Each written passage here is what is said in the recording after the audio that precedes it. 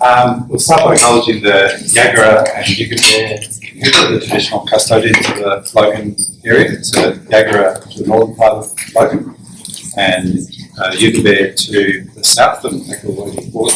There's also a really strong connection between Logan and Moreton Bay, so Quantamuka, big Quantamuka connection with local people, and also Mananjali out towards Bay Desert. So, the ex-mayor of Logan, Pam Parker, used to say that Logan is the heart of South East Queensland, and in terms of Aboriginal people, it's pretty true, actually. So, in fact, there's more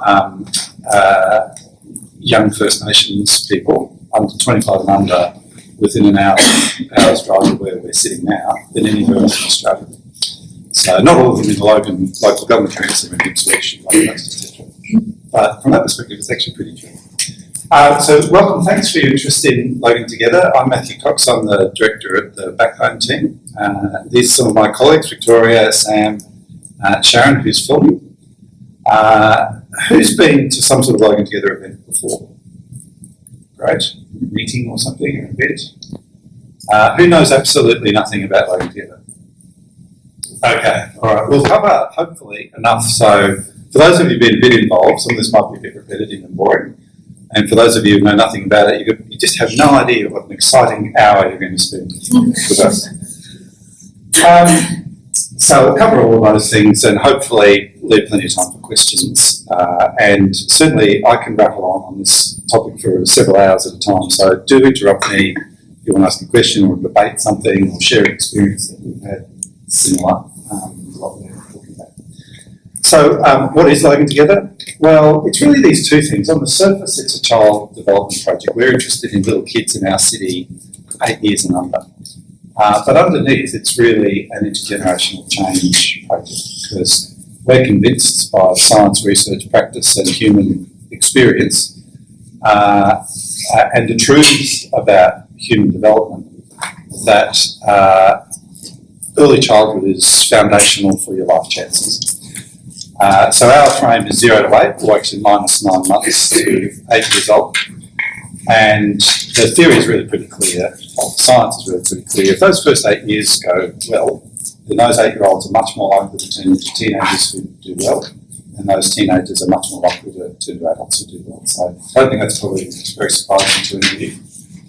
There's some wonderful research coming out of New Zealand just when Logan Together was starting. They've done a longitudinal study where they tracked 3-year-olds and looked at their ability to manage their emotions and regulate their behaviour at age 3 and looked at what happened to them when they were 30. And surprise, surprise, there's this incredibly strong correlation between your ability to manage your emotions when you're 3 and whether you would be employed or not and whether you would be in contact with the criminal justice system or not at age 30. So we know a lot more about brain science than we did even 10 years ago. And we really are starting to understand, again, just how critical those first 3 years are, and indeed that first year of life. There's a party trick that you can all do with your friends on the weekend, and you can ask them this question. So a newborn baby's brain is about 300 grams, human baby on average, and an adult brain, so our brains are about 1,400 grams, 1.4 kilos. So newborn 300 grams, adult 1.4 kilos. How heavy do you think a 1-year-old's brain is?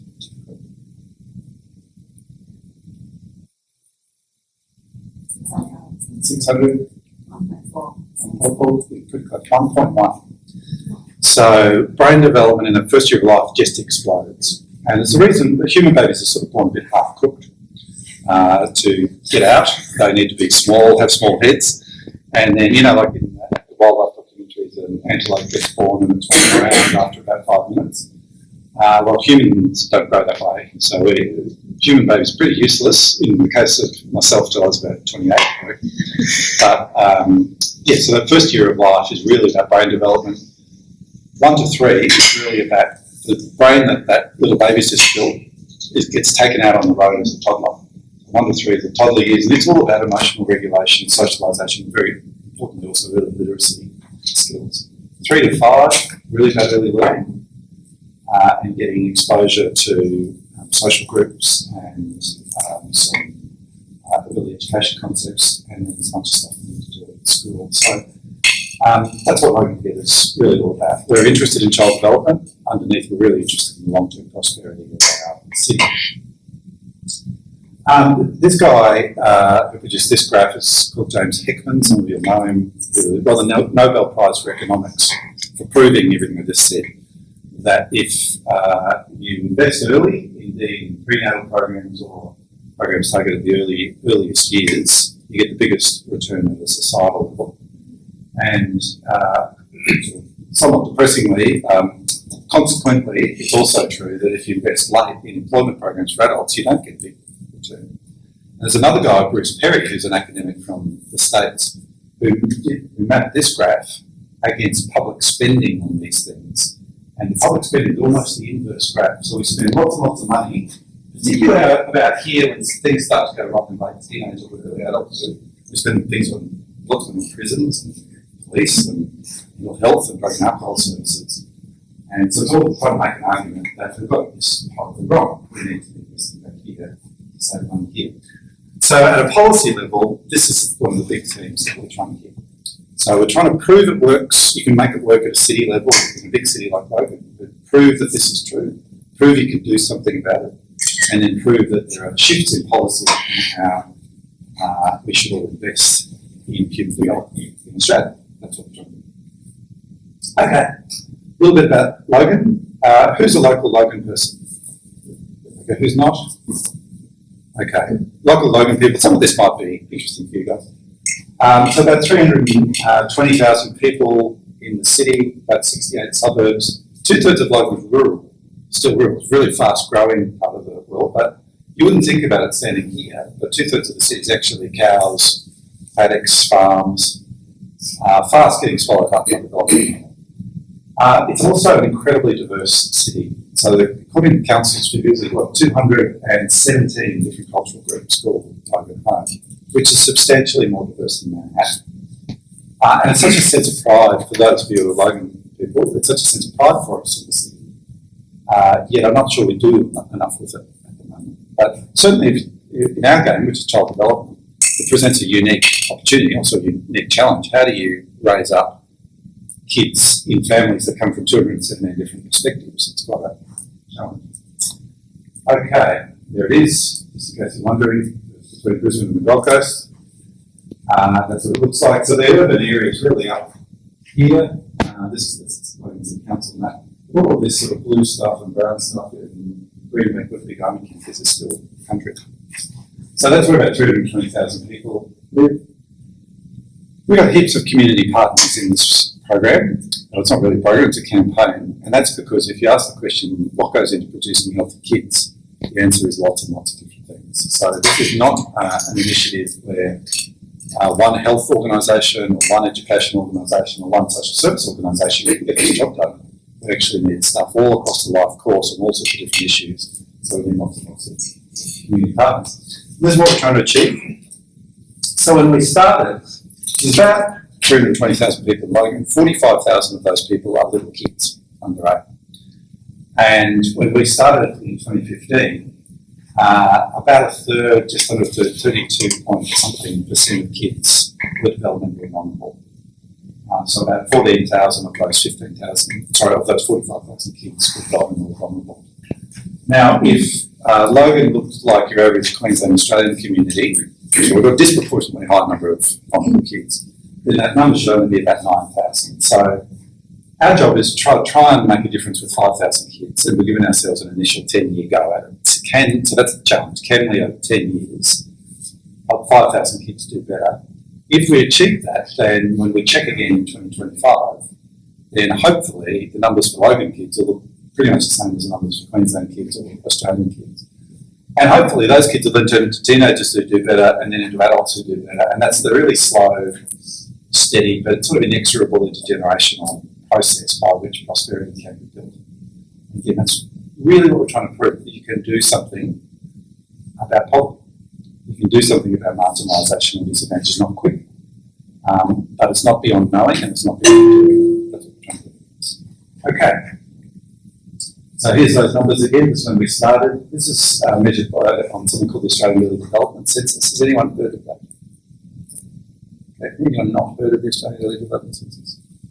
You're missing out. Your life is not complete. It's a pretty amazing data set. Every 3 years, every prep kid in the whole of Australia has a teacher complete about 120 question survey about their wellbeing, and it produces this really rich data set about how kids are in a really holistic way across 5 domains of wellbeing. And what it does is gives us an opportunity to track kids over time, populations of kids over time. It's done every 3 years, first in 2009, 12, 15, and 18, just last year. It also allows us to compare kids in Perth with Logan. So it's a really powerful data set. Anyway, these were the numbers for Logan, 32%. What you may or may not know is that 26% of Queensland kids are vulnerable, and that's a fair way adrift from the Australian average. And the best-in-class states are Victoria and New South Wales, who are about 18-19%. So being in Queensland, this is one race you don't want to win, right? And Queensland kids are substantially adrift in terms of wellbeing, NAPLAN performance, a whole bunch of other human development things compared with Australian averages. And in fact, the only state that typically, or territory that typically, does a little bit worse than Queensland is the Northern Territory, where things are really, really challenging for lots of kids. But there's only about the same number of people in the Territory as there are in Logan. In Queensland, there's 5 million people. So if we're interested in Australia doing better, we've got to be interested in Queensland doing better. And as I'll show you in a second, if we're interested in Queensland doing better, we've got to be interested in Logan doing better. Do you know where New South Wales is just in there? It's about 19%, 19-20%. ACT is about 22%, the others are sort of 22, 23%. We used to take comfort that Tasmania was sort of level pegging with Queensland, but they've pulled their socks up. Pulled in Mona, right?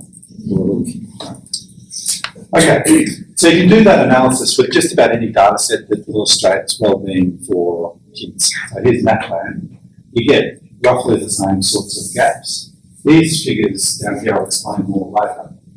But these are pretty important numbers, these ones. It doesn't matter whether you do it on the ADC or do it on NAPLAN. If you ask the question in a population of 45,000 kids, to achieve those closing the gap goals we were just talking about, how many kids per annum do you need to be working with? So this is year 3 NAPLAN results, and there's the answer, right? So to get national minimum standard, so the sort of headline figures for NAPLAN are national minimum standard, which is a pretty low benchmark, or top 2 bands, excellent, there are enough kids achieving the top 2 bands. So they're the 2 standards.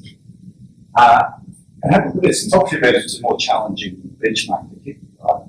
For Logan to get from Logan numbers to Queensland numbers, we're talking about 528 kids doing better with a population of 45,000 kids. Just on that, on feedback, doing well in that. So I just want to introduce this idea that it seems like, solving disadvantage in Logan, that sounds like a big job. It's a big city, everyone sort of faints and says, you can't really do anything about that. There's lots and lots of people out there not doing very well. When you break it down, that's crap. 520 kids doing better in year 3 NAPLAN, job done. Well, not job done, but certainly goal achieved in terms of on that issue, closing the gap to this. So we'll come back to that idea because one of the things we're doing, perhaps the only thing we're doing in Logan Together that's different, is we're just trying to get organised about doing things we know make a difference for kids and doing them at the right scale and targeting the right issues for kids. Okay, a little bit more data, then we'll talk about something else. Just going back to that point I was saying about Queensland being behind Australia. People often say, why is there so much focus on Logan? Why are you so interested in Logan? Here's the answer. So this is the CIFA, this ABS data, Bureau of Statistical Data, the CIFA index, for those of you who know what that is.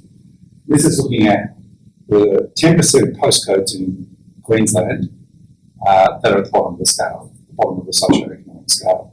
And it's answering the question, how many people live there and where are those postcodes? That's what this is answering. And here is the answer. And you can do it just about any data set and you get about the same result.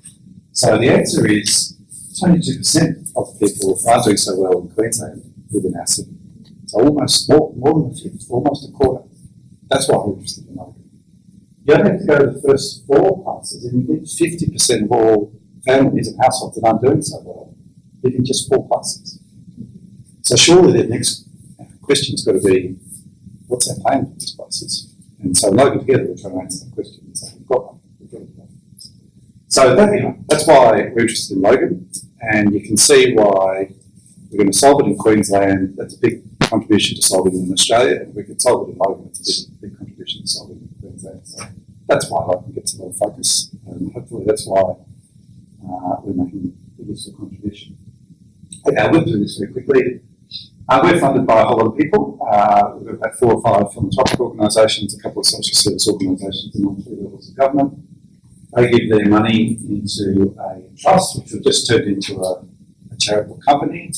It pays my wages, and these guys' wages. And then we work with a whole collaborative structure of people from the community and the social services system and government. The big body there in our collaborative structure is called the leadership table, an action group, which is more of an operational group, and there's a bunch of project groups. And really importantly, we're starting to support some very effective community leadership groups. The Yarragu group is a First Nations group, which is doing increasingly important work. And we're working with Pacifica and coal communities as well.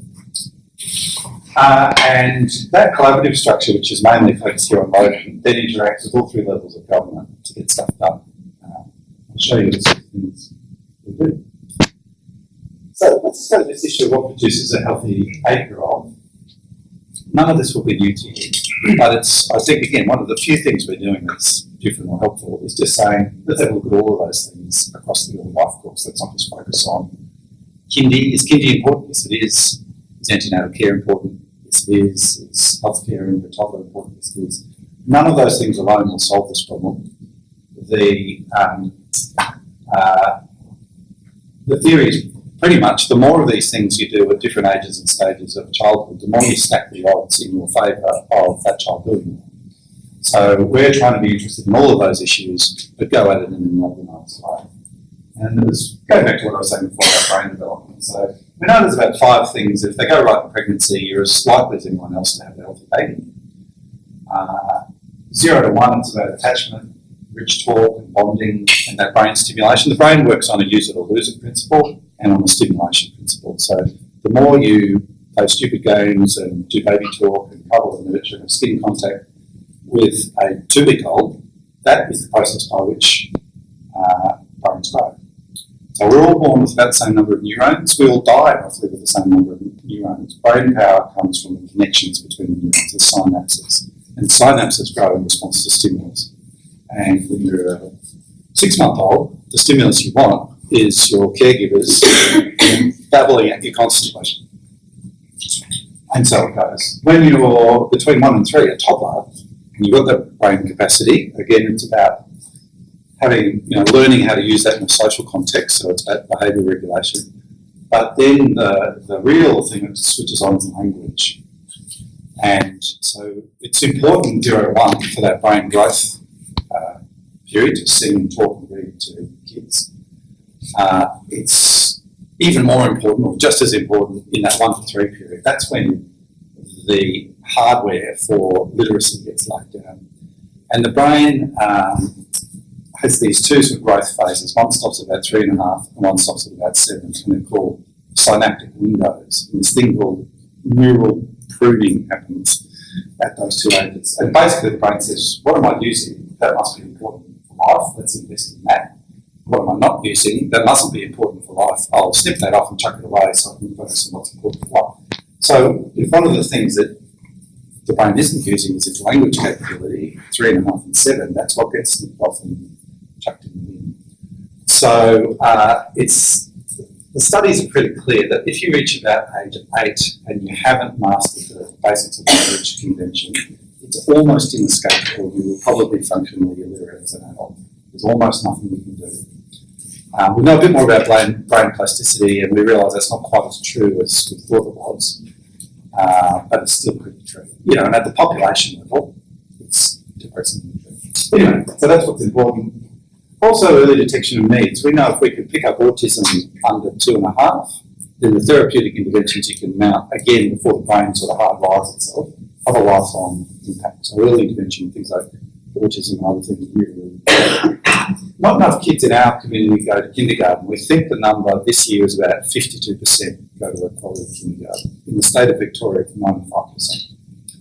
And kindergarten is this purpose-built design program to help little kids do well at school.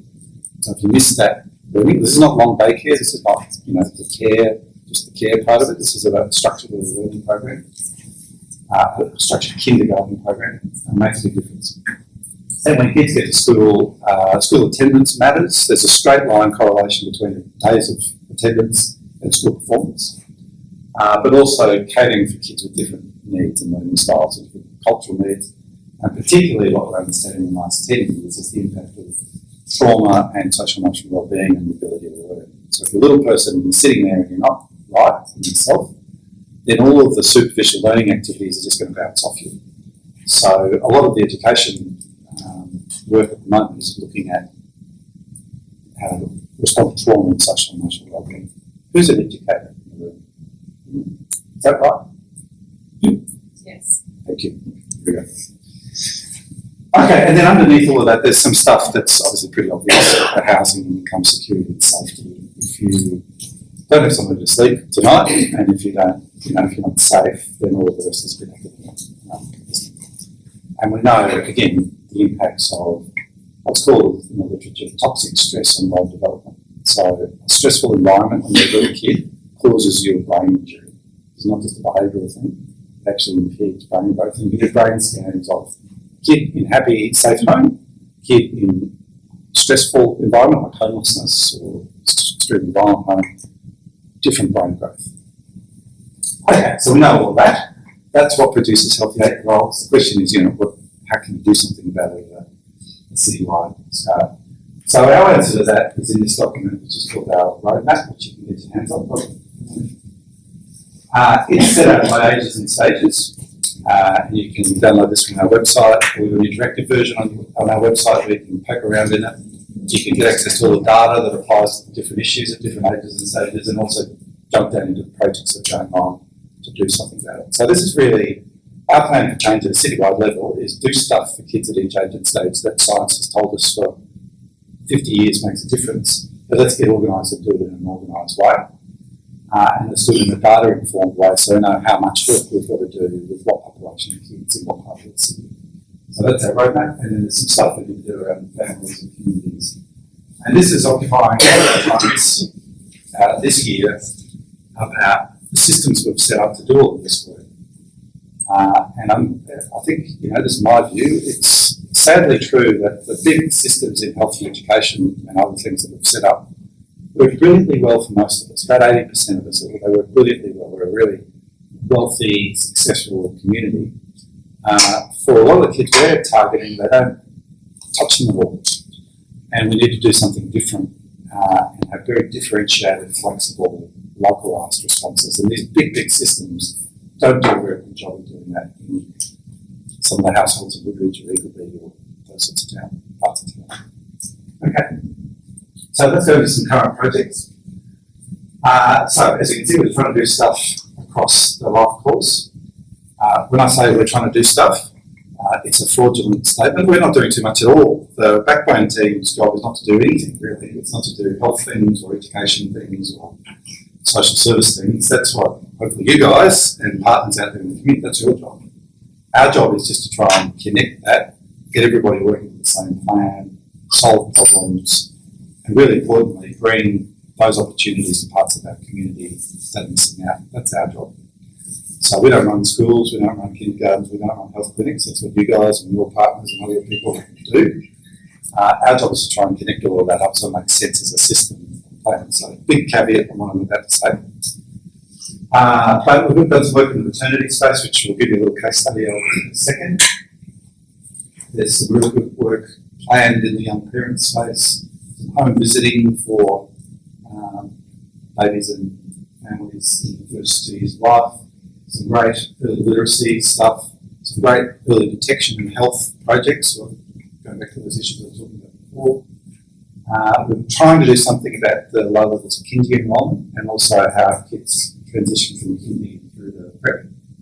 And Victoria will talk more about that in a second. Some really low-hanging fruit there, but some big challenges.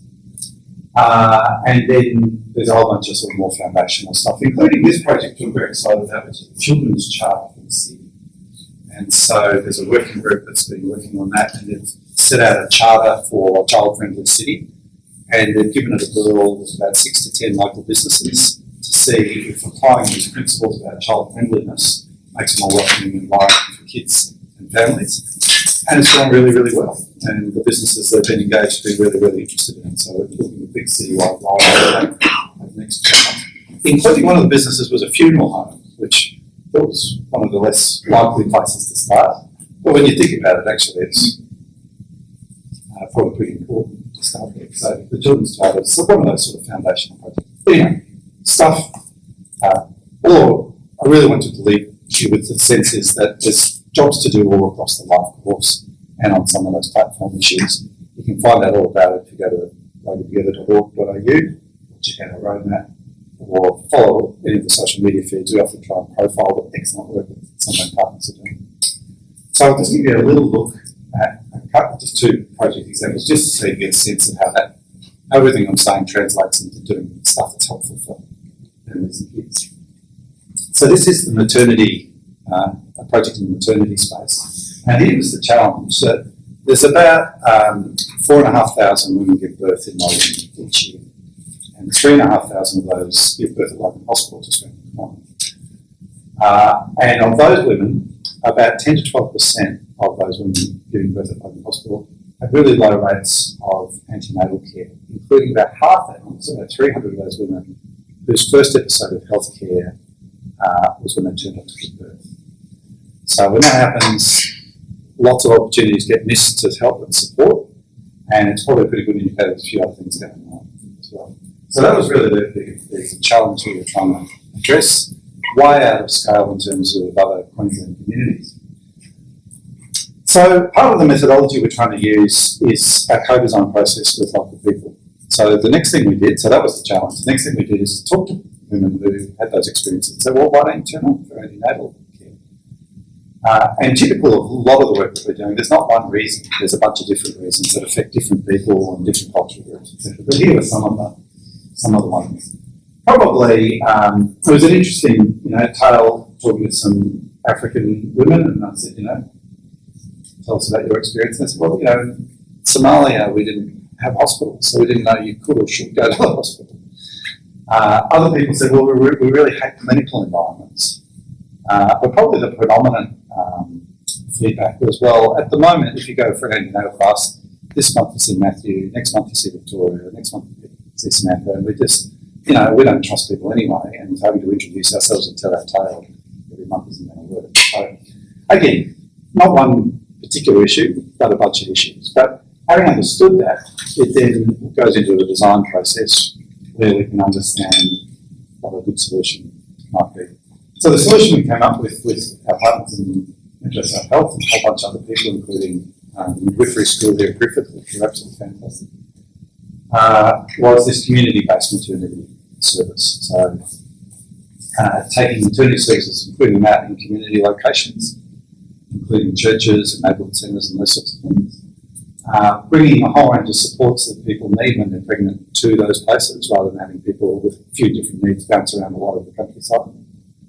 And then embedded in a social context, so it's fun and you want to be there and meet other people with whom you've got some shared experiences.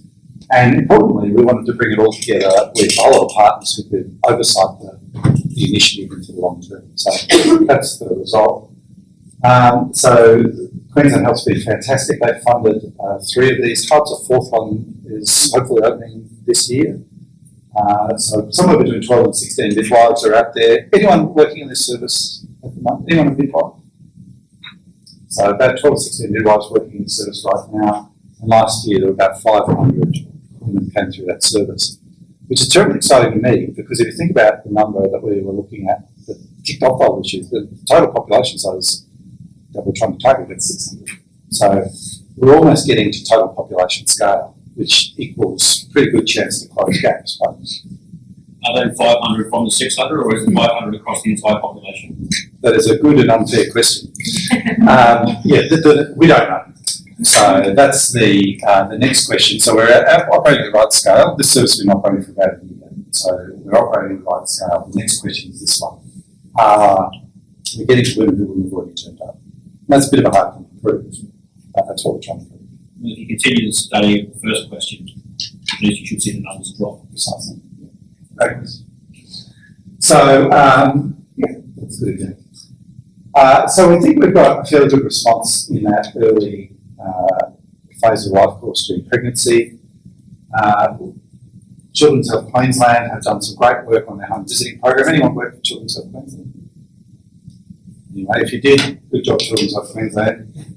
So we've now got the ability to continue at about that population scale with a home visiting program for kids for up to 2 years. So in theory, it's not this joined up, and it's good questions about are we reaching the right customers. But in theory, we can see you when you're pregnant and keep following you to your child is 2 years old.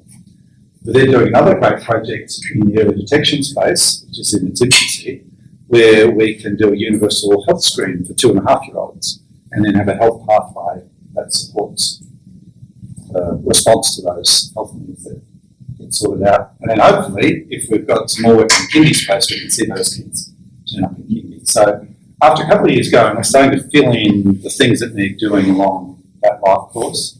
And the next challenge is stitching it all up so it makes sense for people. So, now, I'll hand over to Victoria just to give you a little bit of a burst on what we're doing in that early learning. Thank you. Thank you.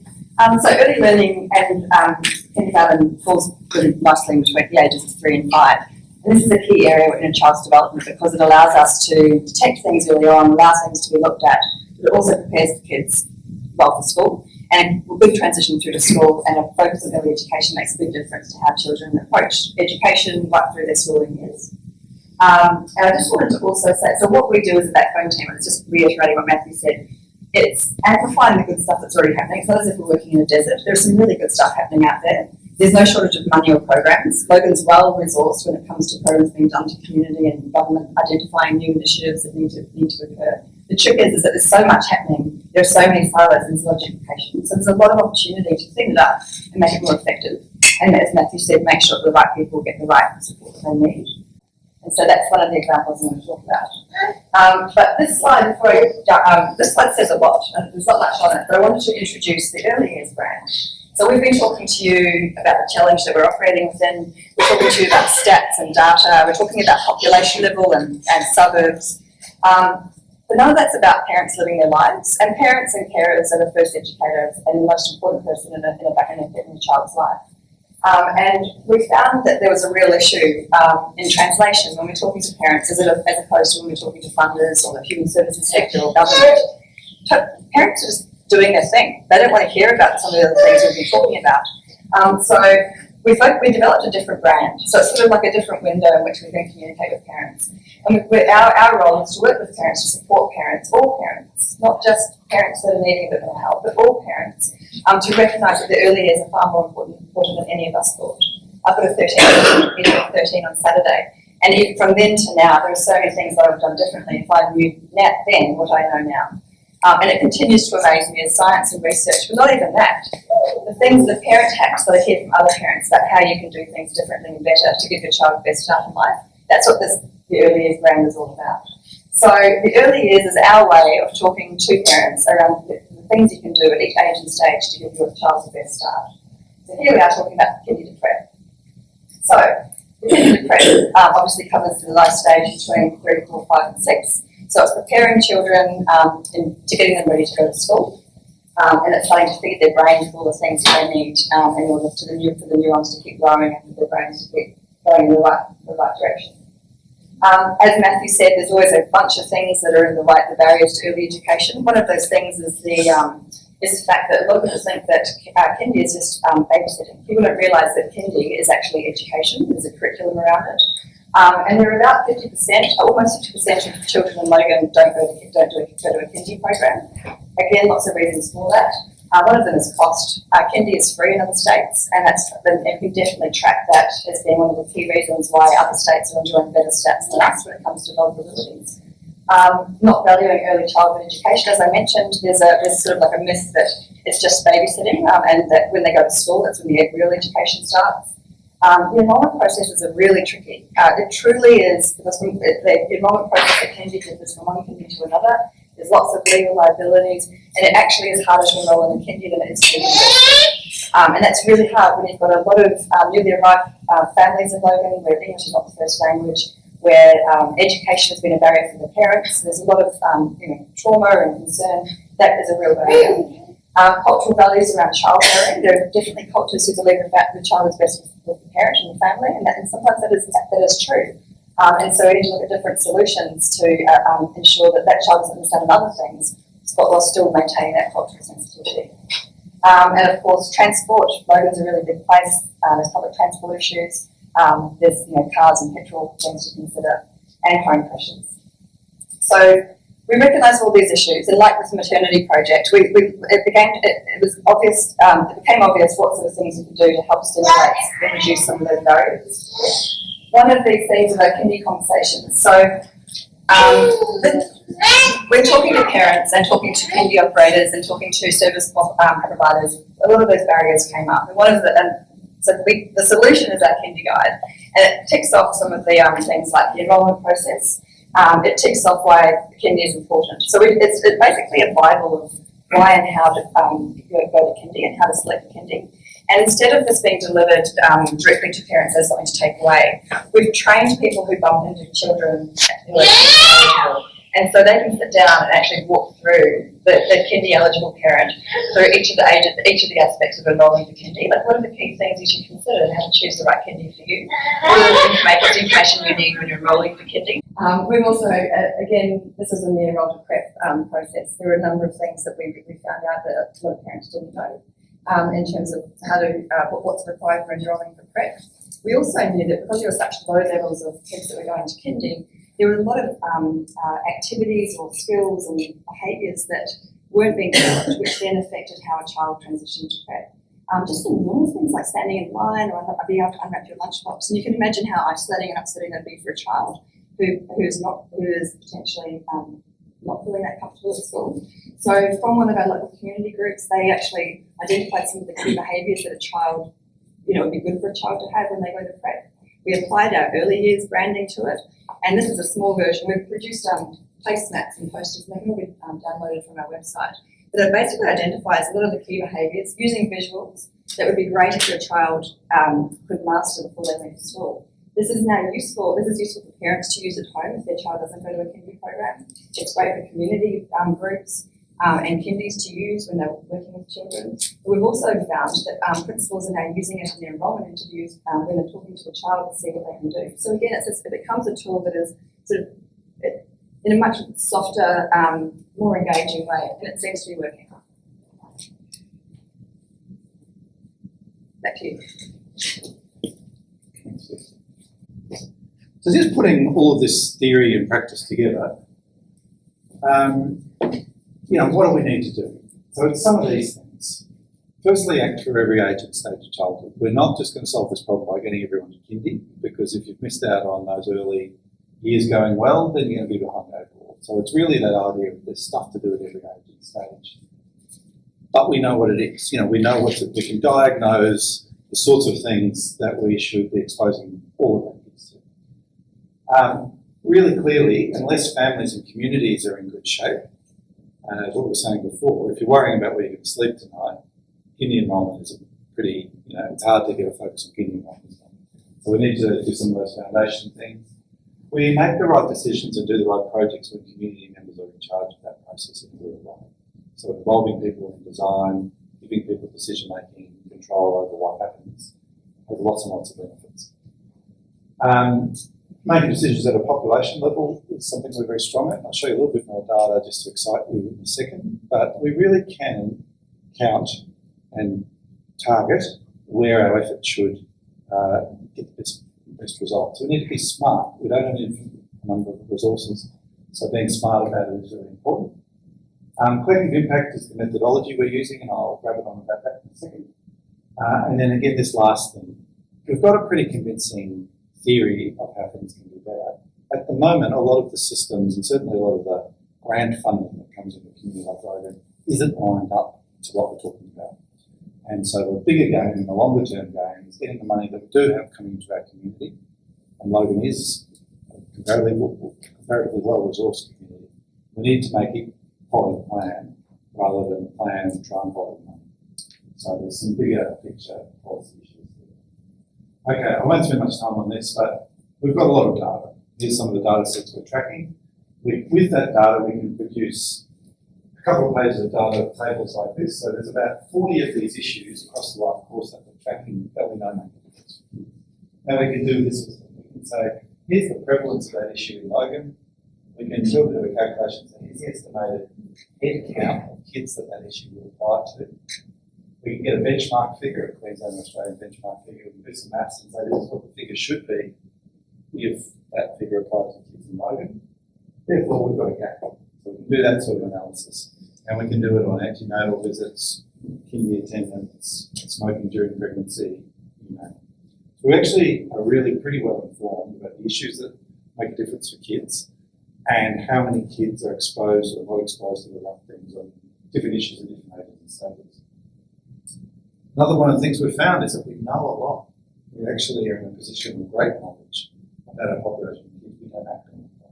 We don't act on it, you know, it's what they like. Moreover, we can do this. We just picked out one of those issues. This happens to be young parents, so kids born to women 19 years and under. Now, we know that there's risk factors that particularly apply to having kids very young.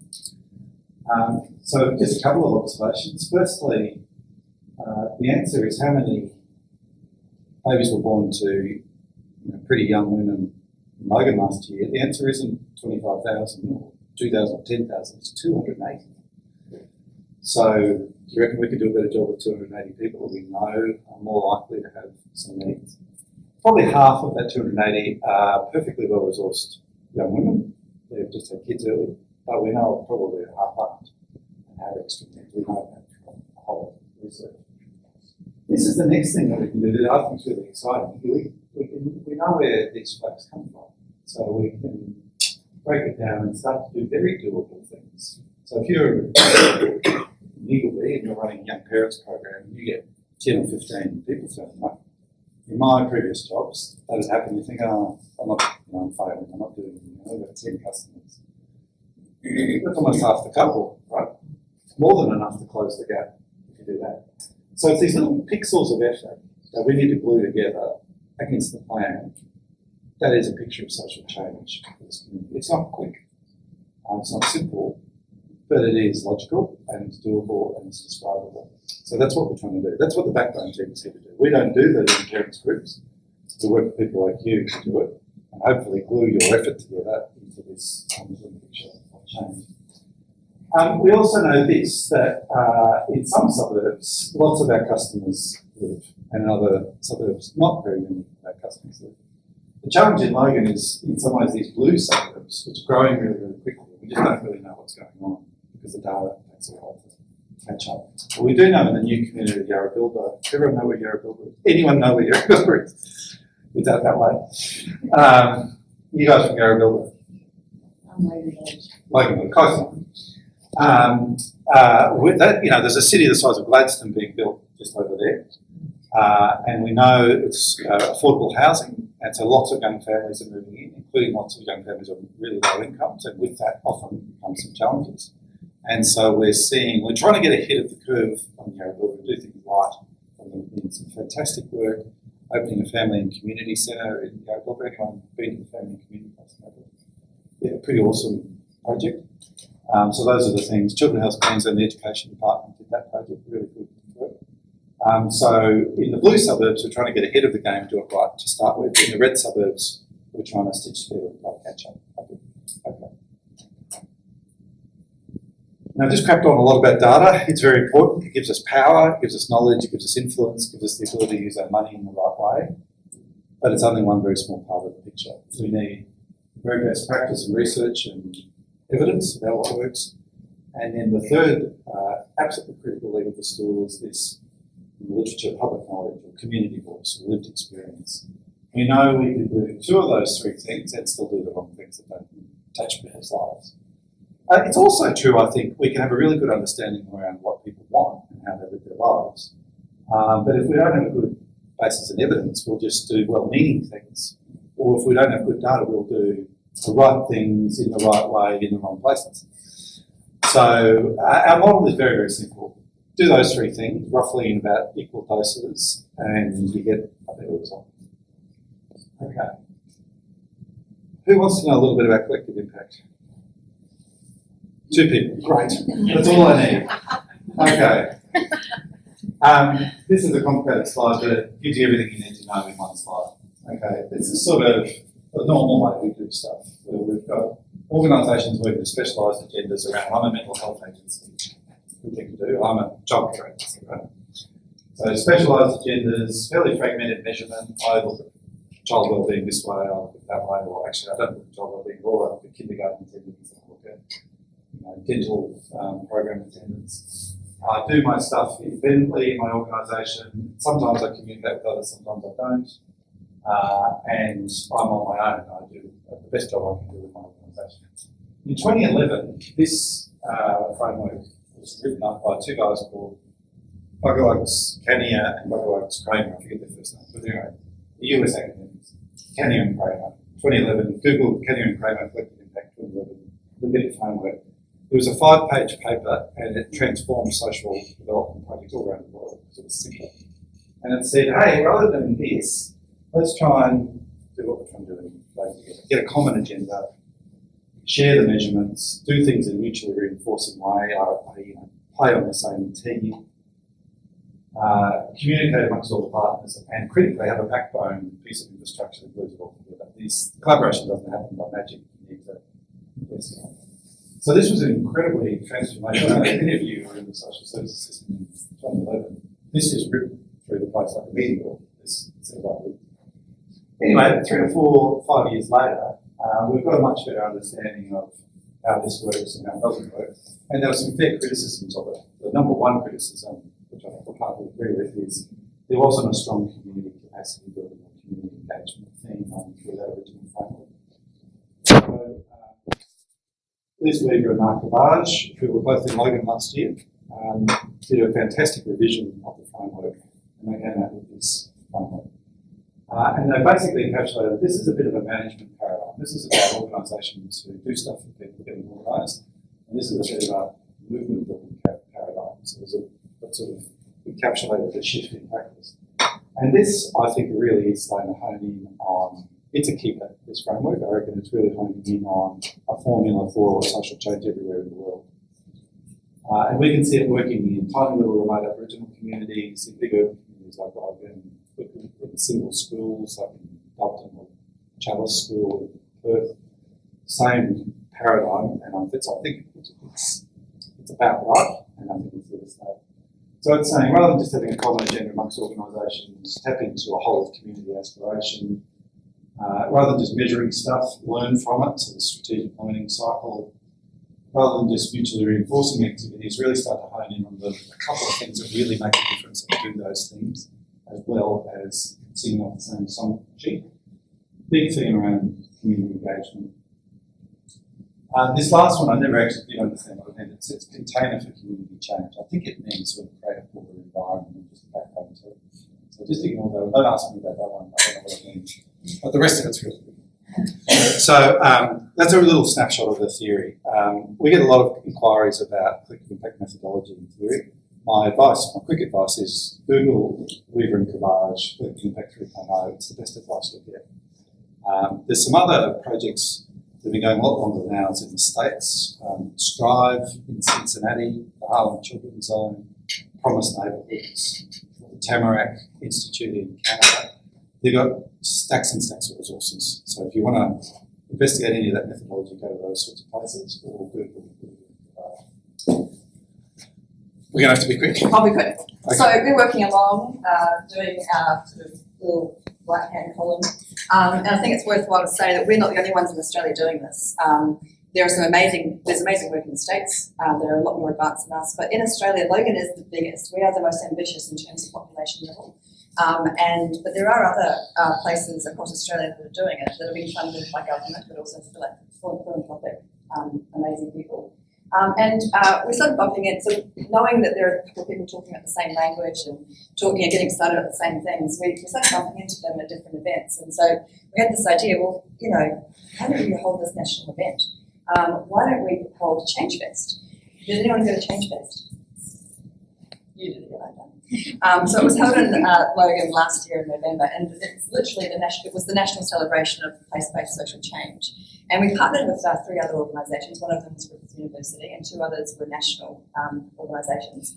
And the idea was to bring all of our friends who are doing the same sort of stuff from across Australia, bring them all into the one place, so that we can amplify, we can progress the movement, so to speak, across Australia, recognising that if we're going to truly be successful in proving that we can get rid of intergenerational poverty, that it can't just happen in one place. We need to prove that it can happen in multiple places, in multiple contexts. So for that to happen, we can't just be successful by ourselves. We need to assist and support all of our other friends across Australia who are doing the same sort of thing, meeting the needs of those people that aren't having their needs met by the current social welfare system. And also by doing that, we're then demonstrating to government that there is this framework that can cross Australia and is proving success. So we thought we'll bring all these organisations together. We'll make it fun because we're doing things differently. So we need to, there needs to be a festival element, because to do things differently, you get different outcomes. So it wasn't just going to be a conference or a meetup. It was a 3-day event, and it was enormous. Like, we're a small team, and we took it on, and we were following our nose. We ended up hosting over 500 people from across Australia here. We had probably one of the largest contingent of Aboriginal and Torres Strait Islander people from across Australia meeting here. We had philanthropists from across Australia, with people from New Zealand coming across. And we were all getting very excited in the lead up to it, going, we can make this bigger and better. Actually, do you know what we should do? We should actually draft a social policy statement and hand it to the Federal Minister, Paul Fletcher, because we were going to invite him. And at one point we thought the Prime Minister would come, but he apologised. And he sent his Federal Minister for Social Services. And we're going to draft this social policy statement on behalf of all of Australia, and we're going to hand it to him. And we'll actually do a little bit of tinkering on the sides of it when during Change Fest, so delegates can also have their say. Best meeting. We got really ambitious. We're trying to pump more things into the outcomes of this thing. We had scholarships for members of the community from across Australia to come here as well to build their capacity. Very, very exciting. Got to Change Fest and sort of handed it around to people. And First Nations people said, how many First Nations people were involved in the drafting of this thing you're asking us to sign off on? We were like, oh, well, none actually. But we're sure we're doing things differently. And they said, no, you've got it all wrong. You're actually still doing it the same way. You're not putting First Nations first. And in fact, crazily enough, some of your stats don't even reflect what the really real situations in First Nations communities. It gives me goosebumps just talking about it, because it was an absolute failure with the best intentions. We were so well-meaning and we were so sure that we were doing things differently. But we were actually doing the same thing and leaving out a whole community of First Nations people. So it became this total, we call it the Change Fest pivot. And the event was happening, but behind closed doors, there were really large conferences of First Nations people. There were really large, strong discussions around what had gone wrong and what we were going to do about it. And so the social policy statement that had been drafted before the event, that we were expecting to be signed off and then handed to the Federal Minister, who was coming, we had media releases all ready for it, got screwed up, and people worked through the night and drafted a whole new piece of work. And then on the last day, literally, it was the final touches we put on it, and it was run out to the delegates, 500 delegates, and it was read out on stage by a collection of First Nations, Indigenous people and non-Indigenous people. People stood up crying. It was a watershed moment because no one walked away. And it was an example of how we need to do this together. And it was also an example of how, with the best intentions, the old ways of doing things are so latent and so deeply ingrained. We need to constantly be reminding each other that and to call ourselves to account. And no one walked away from that. It could have been an absolute boycott. But that is change in process. There's change in action. And out of that came Warrell Yarragu, which is a local Aboriginal and Torres Strait Islander leadership and elder group. They've self-formed and they're self-governing, and they are now advising the Jesus out of how Logan Together delivers its work. So we've added we've added our own thing, and it's First Nations first, because we know if Aboriginal and Torres Strait Islanders do well, then all of Australia does well. So that was a turning point for the Logan together. Okay, it's been a couple of moments wrapping up. So where are we? Well, we're about to turn 4 in a couple of months. And this is how I think, if you want to run a Logan together in your community or in another community, this is how I think it runs. It takes a year or two to establish the initiative and build partnerships to do anything. It takes quite a bit of schmoozing just to get people on the same page. Once you've built that coalition, you then start developing some of the sort of change projects that we've talked about. That takes a year or two of effort to develop the first lot, and then there's another couple of years to develop the second lot. Once you develop those change projects, like the maternity project or like the kindy project, they start to take a while to have an effect. So it takes a year or two. So we're seeing some early effects after almost 4 years of going. So I think it's worth saying that, because if you think you want to set one of these things up and kids will be doing better next year, it's not going to happen. So you need to go at it for the long term. And then really, I mean, if we're talking about a maternity intervention here, the first time you're going to see whether it made a difference is when those kids get to 5, about here. So really, a 10-year frame is when you'll begin to understand whether it works. So I just wanted to make that point. We'll skip over this very quickly. I just wanted to say 2 words about the social investment system in Australia, indeed in most Western countries. This is sort of what it looks like if you're standing in Logan and you're a community service organisation trying to get money, right? There's hundreds of programs and funding streams and grants that shower down upon a community like Logan. Here's the actual numbers that we got out of a stock take with our state and federal government partners, who just did a fantastic job. So more than 105 different programs answering the question, do you respond to child and family issues in Logan? With a bill of more than $220 million. This is really easy to spot this issue in remote Aboriginal communities. There's one community trial, it's not in Queensland, it's in another state. Town of 1,400 people, $52 million is their bill, $42,000 per head for every man, woman and child in that community gets spent on social services. Not welfare, but not income. That's on social services, right? And you look at, has anything got better in the last 15 years? The answer is not much. So, there's this irony where one of the wealthiest countries in the world, we spend more on social investment than we've ever spent, yet things aren't changing. And one of the reasons they're not changing is we're not using these investments that rain down on the community. We're not doing nearly enough proactive and preventative human development stuff. It's all I've got time to say at the moment.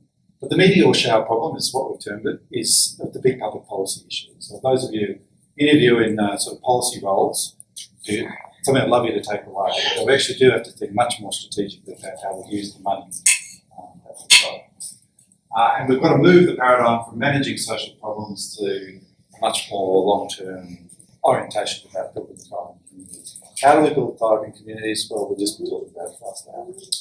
Okay. And I won't talk about any of that. So wrapping up.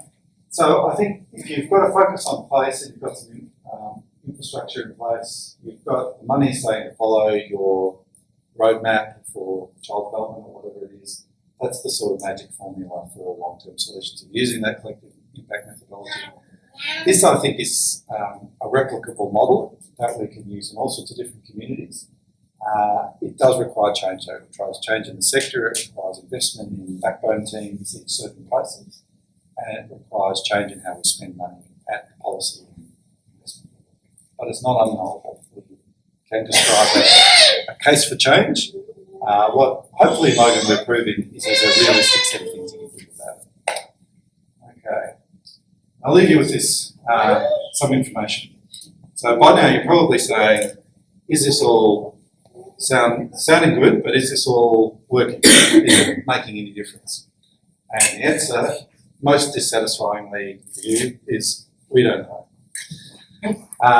However, we've got some indications of what's happening. So on a few issues, let's pick up 4 of those 15 projects, maternity hubs, some work around kiddies in schools and some early youth networks, kiddy conversation stuff, the health pathways, the early health detection stuff. We're getting, here's the population size we're trying to reach, here's what we're doing, and here's the sort of percentage coverage of the population. So just on those four things, we're starting to get into the territory where we're meeting enough customers and doing the things that research tells us should make a difference. Really good question. Are they the right customers? We don't know yet. And are those interventions effective? We don't know yet. But at least we're in the sort of territory where these things, if we get them to bite, should make a difference, right? Here's the other answer to is it working, and it really is too early to tell. But this is the Australian Early Development Census. So this was the baseline figure when it first started in 2009. There seems to be a big jump from 2009 to 2012. Methodology just changed, so it's not very reliable. So don't look back too much. But it is fairly reliable from 2012 to 2018. So we officially kicked off in 2015. The working group that set Logan together up when we started here. And we were standing on the shoulders of a whole lot of community organising effort and work that the early years networks did before that from 2012. So the answer is small and painfully slow but consistent improvement. How much of it is down to our work? We can't tell. When I first saw these numbers, I thought, I know it's early, I know we shouldn't expect a result. But geez, I would have liked a result, and I would have liked it to be bigger and more exciting than that, and it's not. Then I looked at the other 10 communities in Queensland where there's a disproportionately high number of vulnerable kids. This happens to be a particular methodology where we've looked at the gap to the Australian benchmark in terms of 4 and 5 year olds in the ADC by head count. How many, the total number of kids, and we rank ordered the communities in Queensland with the most number of kids over the Australian benchmark, if you like. So it doesn't really matter what analysis you do, you come up with roughly the same list of communities. So we looked at that, and these were the results. So firstly, we looked at, well, what about communities that are really like Logan? So Moreton Bay, local government area, Caboolture, that area, almost exactly the same demographic as Logan. Ipswich, pretty similar. How are they going? And maybe a regional centre about the same size, population, Bundaberg. This is what happened. We went, holy heck, we went forward a little bit, about 1.5%. These guys went the wrong way. And Bundaberg really went the wrong way over that same period of time. So then we looked at the whole thing. And Brisbane did better, Cairns did better, but just about everyone else went the wrong way, including Rocky, which really went the wrong way. So then we looked at it in aggregate, and so we just aggregated all of those top 10. That's Logan going the right way. The average of the other top 10 is going the wrong way by almost 2%. And if you take Brisbane out of it, and Brisbane is only in that top 10 just because it's a huge population, right? And it's actually, the Brisbane ABC numbers are pretty close to Australian averages. It's just that such a big population, it got into the list. So we took Brisbane out. So really, I reckon this is Logan's comparator set. So this isn't good news. This is lots of our fellow Queenslanders are going the wrong way. But it's starting to paint a picture that I think, we can't say that that's our work, but I think it'd have to be, the onus would have to be on one, if you wanted to mount the argument that nothing was making a difference. You'd have to try and explain those figures, I think. So it's too early, is the short story. 2021 is the next ADC figures. That'll be interesting. To be honest, 2024 I think is really where you go. So all I can say at the moment is there's a sustained positive trend. It's not very big, but these are the numbers. So we've gone from a 10.1% gap to the Australian benchmark, to 9.1% gap, and the Australian benchmark's got a bit better. So the target's getting a bit further away. So we've got a little bit closer to the benchmark. Not excited about a 1% improvement. Not excited. Maybe in 2024 we'll be more excited. But sadly, when you actually compare it to the environment that we're living in, it's actually looking positive. Matthew, I was just curious, are you, perhaps in conjunction with Brit, are you doing any sort of longitudinal panel studies with the people that are onboarding to the programs? Yes and no. We're doing some longitudinal evaluation, but they're not that sort of microchipping kids and following. There's a proposal from Marta Health to do that, but it hasn't quite got funded yet. What we have done is chipped off some of those projects and interventions. They've got an evaluation component to it, but none of it's really reported yet. So again, it's the answer that people who fund this stuff don't want to hear. We can't tell after 40 years. It's not the answer you want to hear, right? But I just think it's true. We just got to be patient. You know, we've got to make big long-term bets. It's a bit like building the airport link tunnel. Right? You're going to get your money back in year 16 or 17, not in year 4. And in fact, two companies gone broke doing it. But so that's not a good example. You know what I mean? We can do it in infrastructure. We maybe just need to think about it. And how we'll get there is not a big bang change theory. It is, as Vic was saying before, doing the first thing that seems to make sense and learning from it, and the next thing and getting better and better and better and better. So this sort of iterative learning cycle is really, really important. We'll stop, I think, with this slide. So to sum it all up, I think this is where we've come from. In social development, there's strong leadership from government and hugely deterministic policies and funding from government. The sector has a bit of a say in it, but not much, and the community is typically nowhere to be seen in the story. So we need to do that.